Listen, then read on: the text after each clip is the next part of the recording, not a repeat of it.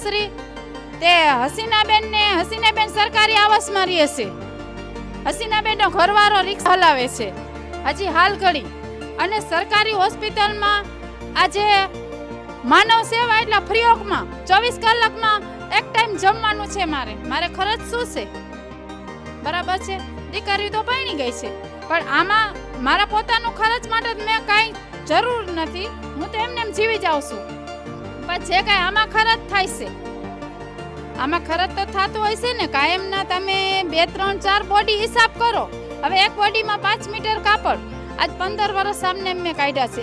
એક બોડીમાં 5 મીટર કાપડ એટલે કાયમનો 20 મીટર એટલે 500 નું થયું. અત્યારે મોંઘવારી પ્રમાણે પહેલા મને 50 નો 25 નો કટકો મળતો તો હું હાલતું હતું, પણ અત્યારે હાલ ઘડીએ તો છે ને 20 મીટર એટલે 500 નું થયું એટલે મહિનાનું 15,000 રૂપિયાનું કાપડ થયું. કેટલાનું? 15,000 નું કાપડ. પછી પેટ્રોલમાં આવું છે. હવે કોક બિચારા પોલીસ વાળા બધા સરખા નથી. ટૂંકમાં ઘણા બધા એટલા માનવતા વાળા છે તો એ ડ્રાઈવર થઈને હલાવી લે. અને ઘણા પોલીસ વાળા બિચારા ડ્રાઈવરનું રાજકોટ સુધીનું 1,000 રૂપિયા ભાડું પણ આપેલું છે. લોકો બાળકોને ફેંકી જાય છે રસ્તામાં. બાળક તો છે ને અત્યારે મોજ છે માણસને, ઇન્સાનિયત નથી. કેમ કે આવી માતાઓ માથે હું તો છે ને ધિક્કાર નાખું છું. આ જોઈ લો કેટલા છે, હાલો ગણાવું.